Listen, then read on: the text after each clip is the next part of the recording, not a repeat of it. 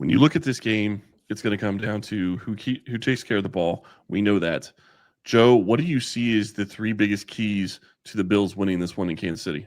Yeah, I think number one's running the football. The Bills have a very dynamic rushing offense. So far in this playoff run, they tagged the Broncos and the Ravens for the most rushing yards they've given up all season long. 147 against Baltimore, 210 against Denver, and those were great run defenses this year. Number 2 and number 3 in EPA defending the run this season, and the Bills were able to have literally the best rushing performance that they've had all season against those teams. And there's some really unique dynamics here with, of course, the Bills in the postseason and the appetite to run Josh Allen. That'll be a big factor, in addition to Spencer Brown, who's really become a high-level right tackle, in particular run blocking. He wasn't available in Week 11. And his return plus Alec Anderson as the sixth offensive lineman, where I think the Bills were reluctant to put him on the field given some of the issues with Spencer Brown and depth concerns. He played the lowest percentage of snaps he has all season, 8%. He's usually 20 to 25%. I think the Bills are going to run the ball. And look, the Chiefs' run defense has absolutely been slumping. When these teams hooked up in Week 11, they were number 4 in EPA defending the run. They finished the season number 11. They gave up, 158 or 149 to Houston last week, 202 to Pittsburgh, 139 to the Browns. The Raiders can't run the ball on anyone. They got 116. So I think that the Chiefs have a tall order ahead of them to defend this Buffalo rushing offense. I think that's got to be a big part of what Buffalo does on Sunday night. Number 2 is protection schemes. We know that Spags blitzes, number 5 in blitz rate. It's not super effective. Number 18 in pressure rate, number 22 in sack percentage. And the Bills have used motion. They've used 4 strong. They got the 4th and 2 run for 26 yards because they knew exactly the blitz that was coming from Steve Spagnuolo. Well, there's going to be counter punches, and the Bills need to have the right plan to defeat and protect what they have coming. Obviously, tight ends are a big deal. Bills didn't have Dalton Kincaid when these two teams played in Week 11, and the Chiefs have given up the most receiving yards to tight ends of any team this season in the NFL. Those are 2 great opportunities for Buffalo, in addition to just kind of working their slots. I mean, there's been a good amount of slot production against this Chiefs defense this year, and that's who the Bills like to throw to: tight end, slots, running backs. That'll be on the menu.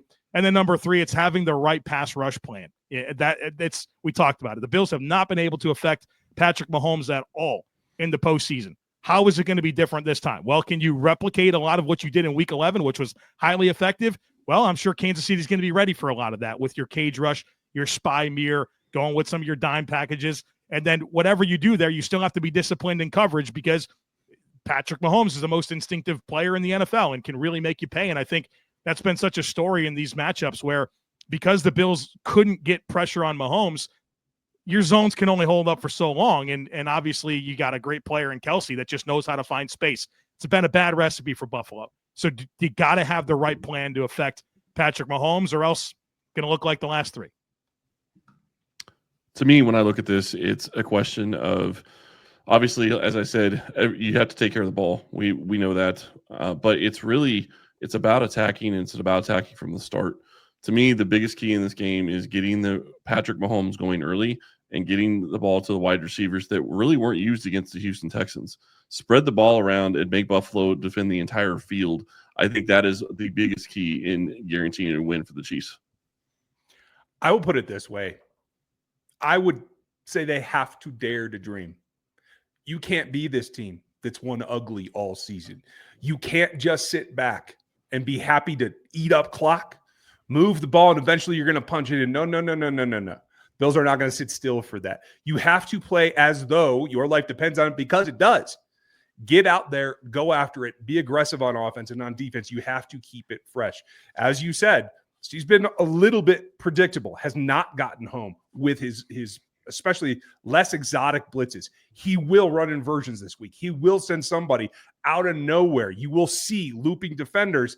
The question is, are you looping into where Josh is trying to escape, or are you looping away from him and giving up huge chunks? For me, it's got to stop Cook first. You got to stop Josh second, and you got to play up to your capabilities, not down to expectations.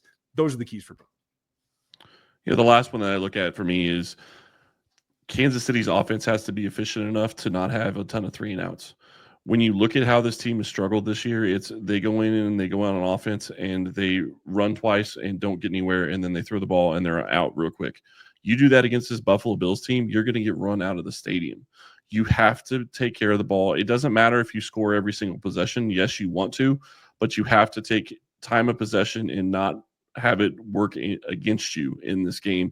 If Kansas City can at least, keep the time of possession close, this is a game that I think that they have the ability to win, but they have to be able to move the ball a little bit so they have the ability to stay up on defense in the fourth quarter and have the energy to do it, because if you give the Bills a whole bunch of long drives, it's going to be a very long game.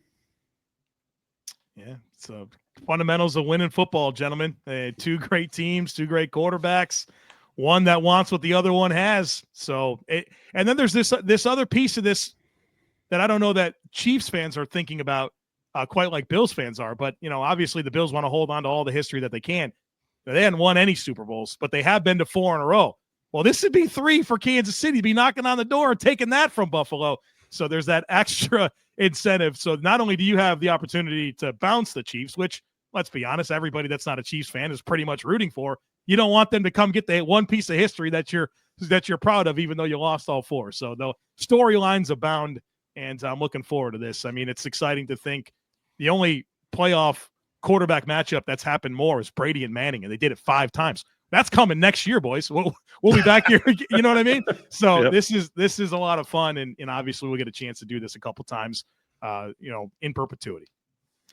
Well, and you talk about the quarterback matchup, Allen versus Mahomes. The other thing that really sticks out in my mind is Allen is up for MVP, should be a front runner for MVP. Mahomes isn't even on the Pro Bowl roster right now.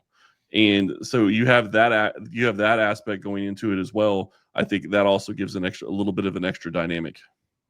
Yeah, and that was a big storyline last week with Baltimore, who had 9 Pro Bowlers, and the Bills had 2.